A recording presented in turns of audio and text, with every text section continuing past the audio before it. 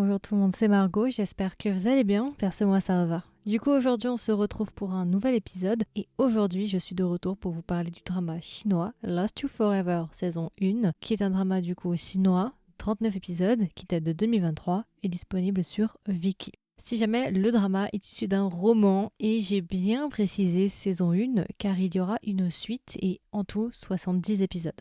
Oui, vous avez bien entendu, 70 épisodes. Cette saison 1 n'a que 39, donc je vous laisse faire le calcul pour la saison 2. Je suis de retour pour vous parler de cette saison 1 qui est, ma foi, un drama qui a été très très attendu en Chine. On va pas se mentir, on avait vu les photos, je crois, un an avant, justement avec Yang Ze qui serait entouré de 3 hommes différents. Enfin, c'était le drama qu'on attendait un peu tous. On était tous curieux de voir un petit peu ce que ça allait donner. Je l'ai regardé et je suis de retour pour vous faire mon review assez court sur ce drama. Du coup, rapidement, les acteurs. Alors, qui est-ce que nous avons comme acteur ? Nous avons Yang Ze. Yang Ze, je pense que vous la connaissez. Yang Ze, je pense qu'un de ses rôles les plus connus, c'était dans Ashes of Love. Ouais, c'était un de ses dramas, je pense, les plus connus. Elle a aussi fait Go-Go Squid. Celui-là aussi, c'est un drama aussi très notable qu'elle a fait. Et elle a fait plein d'autres dramas. Ensuite, nous avons un autre acteur qui s'appelle Zhang Wei. Zhang Wei, lui, je le connais pas. Attendez, laisse-moi regarder. Je ne le connais pas. Lui, alors... Yang Ze va jouer le rôle, plein de rôles différents, mais principalement elle va jouer le rôle d'une divinité / princesse. Zhang Wei, lui, va jouer le rôle d'un prince. Et ensuite nous avons Dang Wei. Dang Wei, lui, je ne le connais pas non plus. Ah, Dang Wei, lui, il avait joué dans Miss the Dragon. Et ensuite nous avons Tan Jian-se. Voilà, c'est notre trio, du coup, nous avons Yang Ze entouré de 3 personnages masculins très beaux et ayant chacun leur charme. Donc on va se retrouver avec ce petit carré amoureux, je pense qu'on peut dire que c'est un carré à ce stade-là, on n'est même plus sur un triangle, on a déjà level up il y a un moment.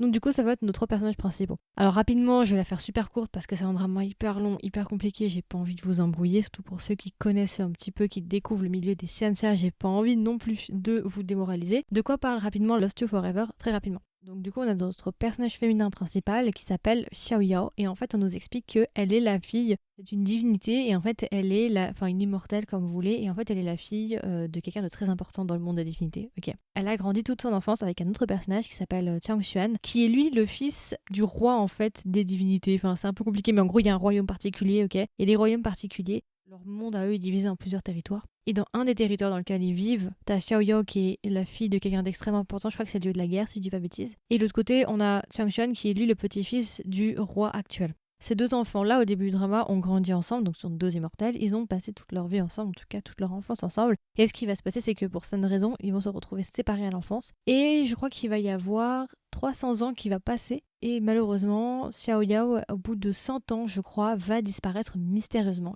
Le roi ainsi que la famille de Xiao Yao va perdre justement la trace de Xiao Yao. Elle va disparaître mystérieusement au bout de 100 ans. Et l'histoire va commencer 300 ans après, quand on retrouve à nouveau Xiao Yao, mais qui à présent vit dans le monde des humains et aurait absolument tout oublié de sa vie de divinité / immortelle. Une fois sur Terre, elle va rencontrer le chemin de 2 autres personnages qui sont incarnés par Dang Wei. Donc Dang Wei va jouer le rôle de Tsueqi et Tan Jian-se, lui, va jouer le rôle de Fang Bei. Une bonne partie du drama va se passer sur Terre où justement elle va rencontrer 2 nouveaux personnages, du coup Tsueqi joué par Dang Wei et Fang Bei joué par Tan Jian-se, et elle va aussi recroiser le chemin de son ami d'enfance, le prince Tiang Xuan. Et à partir de là on va avoir un carré avec plein d'intrigues différents parce que ce que j'ai oublié de dire c'est qu'en fait le personnage de Xiao Yao du coup ne s'appelle plus Xiao Yao, elle a changé de nom, elle ne se souvient plus de son identité et en plus de ça elle ne ressemble plus du tout à qui elle était. Ce qui fait que quand le prince va la retrouver dans le monde des humains, il ne va pas la reconnaître parce qu'en fait elle s'est déguisée en homme. Donc elle est censée être un homme dans le monde des humains. Donc le prince avec qui elle a grandi ne le reconnaît pas. Les 2 autres personnages, eux, ne la connaissent pas. Chacun des personnages en plus ont des motivations différentes. Il y a des enjeux aussi politiques qui vont rentrer dans le lot. Ça va être, voilà, il va y avoir plein d'intrigues en même temps qui vont se passer.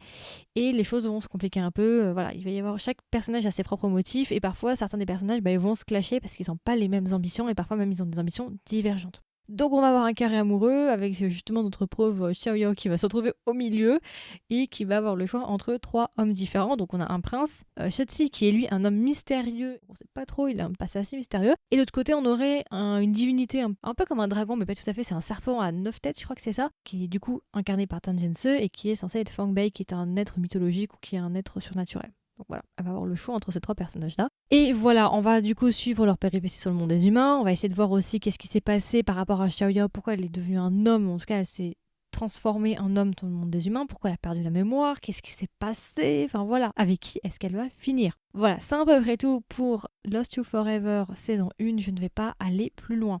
Du coup, qu'est-ce que j'ai pensé de cette saison 1? Deux choses que j'ai beaucoup aimées. Premièrement, ils utilisent leur vraie voix. Et tu vois la différence.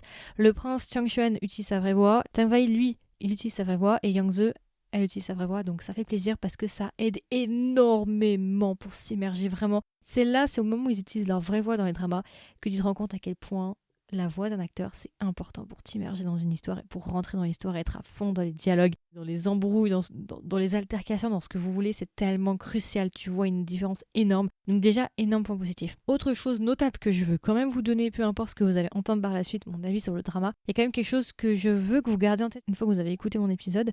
J'ai été extrêmement surprise par le jeu d'acteur à certains moments de Yang Ze et d'autres personnages, dont Jiang Wei, du coup le prince et la princesse. Je vais préciser aussi, mais ils sont pas liés, ils n'ont pas de lien du sang. Ils sont pas de la même famille, si jamais. Leurs familles sont amies. Techniquement, je crois qu'ils sont cousins ou quelque chose comme ça, mais bon, c'est des cousins éloignés, ou je sais pas trop quoi, j'ai pas trop capté. Bref, anyway. Vraiment, j'ai été surprise. Et quand je dis ça, je pense à une scène en particulier. Ceux qui ont vu le drama, je pense que vous savez très bien à quoi je fais allusion, c'est épisode 16.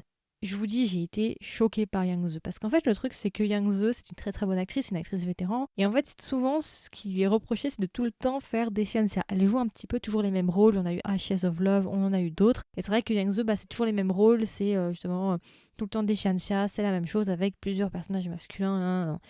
Et c'est vrai que beaucoup de gens disaient, avant de regarder Lost You Forever, encore un xianxia, est-ce que ce serait pas le xianxia de trop? Et c'est vrai que c'est la première fois depuis que je regarde des dramas avec elle quand même que je la vois aussi bien jouer. Elle a dû être extrêmement bien dirigée. Parce que franchement, de ma vie dans les dramas chinois, je n'ai jamais vu une interprétation comme celle-ci. De mes souvenirs, ça m'a tellement choquée. Elle est sur le cul. Vraiment, j'étais sur le cul. Je vais être honnête avec vous. Je n'ai jamais vu ça. Coréen, j'ai déjà vu. Mais chinois, jamais. Franchement, j'étais outrée tellement le jeu, il était... En anglais, on dit raw, R-A-W. Il est cru. C'est un jeu cru. C'est un jeu vraiment proche de la réalité et violent émotionnellement, et tu peux pas rester intact, ou en tout cas tu peux pas rester de marbre en fait face à ce jeu, même si t'aimes pas l'actrice ou quoi. Si tu vois cette scène, c'est une scène qui se passe entre le prince et la princesse, et c'est vrai que c'est une scène, moi j'étais juste choquée quoi. Vraiment, c'est ce que je retiens de ce drama, même si c'est c'est une scène en particulier qui m'a bien marqué. T'as d'autres plus tard petites scènes aussi qui sont pas mal du tout, mais c'est celle-ci surtout dont je vais me souvenir pendant très longtemps. Même si Lost You Forever, je vous le dis maintenant, c'est pas un coup de cœur et c'est pas un drama que voilà je vais suivre à fond et que j'adore, je vais quand même m'en souvenir très longtemps juste pour cette scène. Cette scène, franchement, je suis juste choquée. Quand je l'ai vue, j'ai fait une pause, je me suis dit attends. Non, je m'attendais pas à ça. Je m'attendais pas vraiment à ça. Un truc de fou. Franchement, c'est la première fois que je la vois aussi bien jouer parce qu'elle a toujours eu un jeu bon, enfin standard, voilà. Mais là, elle a montré un niveau supérieur de jeu que je n'ai jamais vu de sa part. J'ai été très très très surprise. Donc voilà, épisode 16, je pense que vous voyez à quoi je fais allusion. Ceux qui n'ont pas vu, je ne vous ai pas spoilé, donc je vous invite à aller voir. De toute façon, quand vous regarderez l'épisode 16, vous comprendrez direct. Dès que la scène commence, vous allez comprendre. Vous allez tout de suite vous souvenir de ce que je vous ai dit, c'est sûr, vous allez tout de suite capter, j'ai même pas besoin de vous en dire plus. Donc voilà, et ensuite pour les points négatifs. Alors, j'en ai plusieurs. Déjà, c'est beaucoup trop long. C'est vrai que j'ai eu un petit peu de mal. Alors déjà, la saison 1, 39 épisodes, j'ai déjà galéré. Je dois vous avouer que je ne compte pas regarder la saison 2. Ça ne m'intéresse pas pour certaines raisons. Déjà, parce que c'est trop long, comme je vous ai dit. J'ai vraiment pas la patience d'attendre. Deuxièmement, c'est un peu drainant. En fait, on va être honnête, un des gros points négatifs de ce drama, c'est les personnages masculins. La vie de notre personnage féminin va partir en cacahuète et va complètement prendre un tournant pour le pire, à partir du moment où elle va rencontrer ces 3 hommes dans sa vie. Elle vivait une meilleure vie sans ces hommes-là. Elle aurait dû ne jamais les rencontrer. C'est eux qui apportent le plus de malheur dans sa vie parce que sans eux, elle vivait une vie complètement normale, insouciante. Et voilà, c'est vraiment eux la source de malheur et de tristesse, d'anxiété, de ce que vous voulez, de toxicité qui sont dans sa vie. Donc j'ai un peu du mal parce que quand tu regardes, il n'y a aucun personnage qui relève l'autre en fait. Franchement, en fait, tu te dis, le but du drama, c'est avec qui elle va terminer, et franchement, t'as envie qu'il termine avec aucun d'entre eux, parce qu'il n'y en a aucun pour relever l'autre. Ils ont tous des problèmes majeurs, ils sont tous toxiques. Bon, il y en a un qui bat quand même certains records comparé à d'autres. Il y en a un, il est carrément dans une catégorie autre, c'est une catégorie à part même. J'ai aucun affect avec les personnages. Alors, c'est vrai qu'au début, j'ai pas mal changé d'avis. Au début, j'aimais pas trop le prince, j'ai préféré Shotzi. Après, c'est vrai que l'autre, là, le serpent à 9 têtes, j'arrêtais pas de marcher sur des œufs, je savais pas trop me mettre par rapport à lui. Finalement, bon, le serpent à 7 têtes là, 9 têtes là, je sais pas quoi là, lui, il est déjà rayé de la liste parce que bon, voilà. Mais du coup, il me restait Chuty ou le prince. Après, je préférais Chuty, mais finalement, le prince, je l'aimais bien. Enfin bon, bref. Je savais pas vraiment me situer par rapport à eux, et si tu regardes d'un point de vue objectif, il n'y en a pas un pour le relever l'autre, et si possible, ce serait bien qu'elle ne finisse avec aucun. Et c'est vrai que, si je trouve que le drama est assez drainant et assez fatigant, c'est des thèmes assez sérieux, et même si le jeu est bon, je sais pas, je trouve que à la fin j'ai l'impression d'avoir perdu la moitié de ma vie en fait, qu'on m'a aspiré 50% de mon espérance de vie, et c'est pas un drama où je me vois encore attendre la suite du coup et avoir un total de 70 épisodes. Donc ce que j'ai fait, je vous le dis déjà, je suis allée lire sur internet la fin du livre pour savoir comment ça termine. Donc je connais la fin, je ne vais pas vous la dire. Et maintenant que je connais la fin, j'ai pas nécessairement envie de regarder le drama en fait. Je voulais juste être sûre, tu vois, de voir où je me situe, avec qui elle va terminer et tout. Maintenant que j'ai ma réponse, ça me suffit en fait, et j'ai pas envie de regarder la suite et je ne regarderai pas la suite, c'est too much pour moi. Comme je vous l'ai dit, un autre point négatif, mais j'ai déjà entamé, c'est le personnage de Tan Jian-se, c'est le serpent à 9 têtes, je sais pas quoi. Disclaimer, j'adore l'acteur, il est très très beau, il joue bien. Voilà, ça, on peut pas lui enlever. Par contre, son personnage, il est affable. Son personnage, il est horrible. Son personnage, c'est Saw 2014. C'est genre Edward Cullen. Et même Edward Cullen de Twilight, il n'oserait pas faire ce comportement. Vraiment, même Edward Cullen, il se dit ah ouais, non, ça, par contre, t'abuses, mon frère. Même lui, tu vois, il est pas chaud, Edward Cullen. Mais c'est pour vous donner un peu une idée, c'est Saw 2014, son comportement. C'est vraiment toxique, mais fois 1000.